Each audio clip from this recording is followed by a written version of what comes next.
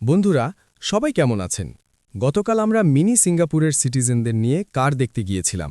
অবাক করার মতো বিষয়, মিনি সিঙ্গাপুরের অনেকেই এখন আর টয়োটা ব্যবহার করতে আগ্রহী নয়, কারণ তারা ইতোমধ্যে সোনালী পেপার কিনে তাদের ইনভেস্টমেন্ট ডাবল করেছে, এখন রিডাবলের পথে এগিয়ে যাচ্ছে। আমরা বেশ কিছু ড্রিম কার দেখে এসেছি, তবে সবাই এখনও ফাইনাল ডিসিশন নিচ্ছে না, সপ্তাহখানেক সময় নিচ্ছে। কারণ বিশ্ব পরিস্থিতির দিকে সবার নজর, বিশেষ করে ইরান ও যুক্তরাষ্ট্রের মধ্যকার উত্তেজনা কিছুটা আনসার্টেনটি তৈরি করেছে। তবে একটি বিষয় পরিষ্কার, যেই মুহূর্তে এই জিওপলিটিক্যাল টেনশন মাথার ওপর থেকে সরে যাবে, মিনি সিঙ্গাপুরের সিটিজেনরা তাদের ড্রিম কার অর্ডার করে দেবে। আর আপনারা কি শুধু দেখেই যাবেন, নাকি বসে না থেকে কিছু একটা করবেন? এনিওয়ে, আজ মার্কেট নিয়ে একটি গুরুত্বপূর্ণ আপডেট দিচ্ছি। মার্কেট আজও কারেকশন মুডে ছিল। দিন শেষে সূচক অবস্থান করছে ৫,৪৬৭ পয়েন্টে, আর টার্নওভার ছিল ৫৬৮ কোটি টাকা। সেক্টর ভিত্তিক টার্নওভারের শীর্ষে অবস্থান করছে ব্যাংক, ফার্মাসিউটিক্যাল, ফুড ও টেক্সটাইল সেক্টর। এছাড়া আজ দিন শেষে সূচক কিছুটা পজিটিভ দেখালেও ২০৩টি শেয়ার দর কমেছে। বিপরীতে বেড়েছে মাত্র ১৩২টি কোম্পানির শেয়ার দর, আর অপরিবর্তিত ছিল ৭২টি কোম্পানির শেয়ার দর। সবকিছু মিলিয়ে বাজারে ইলেকশনের পর যে একটা চার্ম ছিল তা আর নেই। ১২০০ কোটি টাকা থেকে লেনদেন এখন ৫৬০ কোটির ঘরে। না, আর সে এক্সাইটমেন্ট নেই। তবে স্টক অবজারভার ইতোমধ্যে আপনাদের দুঃখ দুর্দশার কথা তুলে ধরে জনাব তারেক রহমান সাহেবের কাছে একটি চিঠি পাঠিয়ে দিয়েছে। আর কয়েকটি দিন ধৈর্য ধরুন, আপনাদের জন্য চমকপ্রদ কিছু অপেক্ষা করছে। এখন প্রথমে বাংলাদেশের রাজনৈতিক পটপরিবর্তনের মাধ্যমে আমাদের ইকোনমিক ল্যান্ডস্কেপ কতটা শক্তিশালী হতে পারে তা সংক্ষেপে পর্যালোচনা করছি। একই সাথে কেন আমি বাজার নিয়ে এতটা আশাবাদী সেটিও তুলে ধরছি, তাই ভিডিওটি না টেনে শেষ পর্যন্ত শুনতে থাকুন। বাংলাদেশের অর্থনীতি বর্তমানে একটি গুরুত্বপূর্ণ সন্ধিক্ষণে দাঁড়িয়ে। রাজনৈতিক পরিবর্তনের মাধ্যমে বাংলাদেশ জাতীয়তাবাদী দল সরকার গঠন করার পর অর্থনীতিকে পুনর্গঠন এবং টেকসই প্রবৃদ্ধির পথে নিয়ে যাওয়ার নতুন প্রত্যাশা তৈরি হয়েছে। দীর্ঘদিনের উচ্চ মূল্যস্ফীতি, ব্যাংকিং খাতের দুর্বলতা এবং পুঁজিবাজারে আস্থাহীনতার প্রেক্ষাপটে তাদের নির্বাচনী ম্যানিফেস্টো একটি নতুন টার্নিং পয়েন্ট হওয়ার সম্ভাবনা তৈরি করেছে। একটি উদীয়মান অর্থনীতির জন্য মূল্যস্ফীতি নিয়ন্ত্রণ এবং মুদ্রার স্থিতিশীলতা অত্যন্ত গুরুত্বপূর্ণ। এই ক্ষেত্রে বাংলাদেশ ব্যাংক এবং অর্থ মন্ত্রণালয়ের কার্যকর সমন্বয়ে বিনিয়োগ পরিবেশ উন্নত করতে গুরুত্বপূর্ণ ভূমিকা রাখবে। বিএনপির অন্যতম লক্ষ্য হল মূল্যস্ফীতি নিয়ন্ত্রণ, বাজেট ঘাটতি কমানো এবং ব্যাংকিং খাতে সুশাসন নিশ্চিত করা। যদি এই সংস্কারগুলো বাস্তবায়িত হয়, তাহলে ব্যাংকিং খাত শক্তিশালী হবে, বিনিয়োগ বাড়বে এবং অর্থনীতিতে স্থিতিশীলতা ফিরে আসবে। একই সঙ্গে দেশি বিদেশি বিনিয়োগ আকর্ষণ, ব্যবসাবান্ধব পরিবেশ তৈরি এবং নীতিগত স্থিতিশীলতা নিশ্চিত করা গেলে বাংলাদেশের অর্থনীতি নতুন প্রবৃদ্ধির ধাপে প্রবেশ করবে এবং এর সবচেয়ে বড় ইতিবাচক প্রভাব পড়বে পুঁজিবাজারে।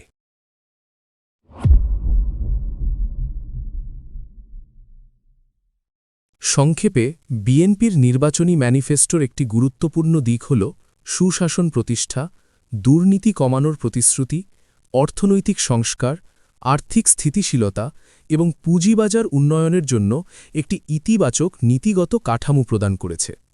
ব্যাংকিং খাত সংস্কার, কেন্দ্রীয় ব্যাংকের স্বাধীনতা, বিনিয়োগ বান্ধব পরিবেশ এবং পুঁজিবাজারে গভর্নেন্স উন্নয়ন, এই 4টি বিষয় সফলভাবে বাস্তবায়িত হলে বাংলাদেশের অর্থনীতি একটি নতুন প্রবৃদ্ধির ধাপে প্রবেশ করতে পারে।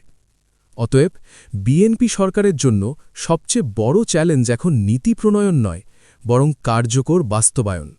সফল বাস্তবায়নই নির্ধারণ করবে বাংলাদেশ একটি স্থিতিশীল ও শক্তিশালী অর্থনীতির পথে এগিয়ে যেতে পারবে কিনা।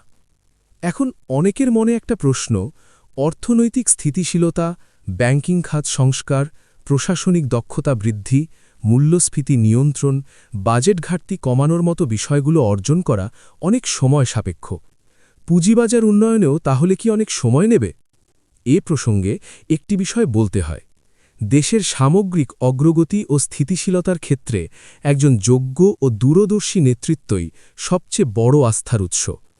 বর্তমান প্রেক্ষাপটে আমার কাছে মনে হচ্ছে জনাব তারেক রহমান একজন যোগ্য ও সম্ভাবনাময় নেতা হিসেবে নিজেকে প্রতিষ্ঠিত করেছেন। আমি তার প্রতিটি বক্তব্য গভীরভাবে পর্যবেক্ষণ করেছি এবং সেখানে স্পষ্ট দিক নির্দেশনা, পরিপক্ক চিন্তাভাবনা এবং ভবিষ্যৎ সম্পর্কে সুদূর প্রসারী দৃষ্টিভঙ্গির প্রতিফলন দেখতে পেয়েছি।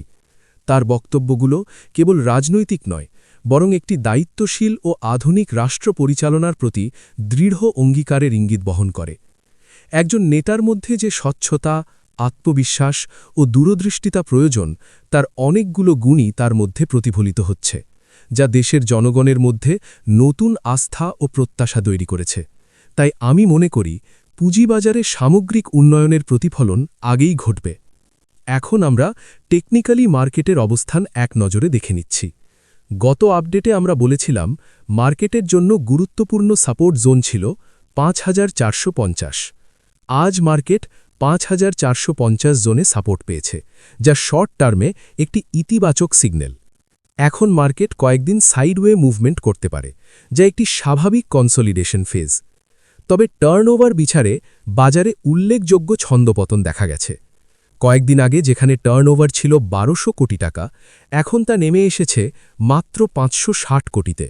এই হঠাৎ লিকুইডিটি কন্ট্রাকশন বাজারের গতি অনেকটাই স্লো করে দিয়েছে, যা তুলনামূলকভাবে অস্বাভাবিক মনে হচ্ছে। এর পেছনে একটি বড় কারণ হতে পারে বৈশ্বিক জিওপলিটিক্যাল আনসার্টেনিটি, বিশেষ করে ইরান ও যুক্তরাষ্ট্রের মধ্যকার চলমান উত্তেজনা, যা ইনভেস্টর সেন্টিমেন্ট শর্ট টার্মে সতর্ক অবস্থানে আছে। এখন কিছুদিন সাইডওয়ে মুভমেন্টের মাধ্যমে কনসলিডেশন হবে, এর উপর বাজার আবারও ৫,৫৫০ জনে ব্রেকআউট অ্যাটেম্প্ট নেবে। টেকনিক্যালি মার্কেট ৫,৫৫০-এর ওপর ঘুরে দাঁড়ালে বুল রান শুরু হবে। এখন উচিত সঠিক স্টকগুলো নির্বাচন করে পোর্টফোলিও গুছিয়ে নেওয়া আর ধৈর্য সহকারে অপেক্ষা করা। সবাই সুস্থ থাকুন, নিরাপদে থাকুন। আজ এখানে বিদায় নিচ্ছি, দেখা হবে অন্য কোনো ভিডিওতে।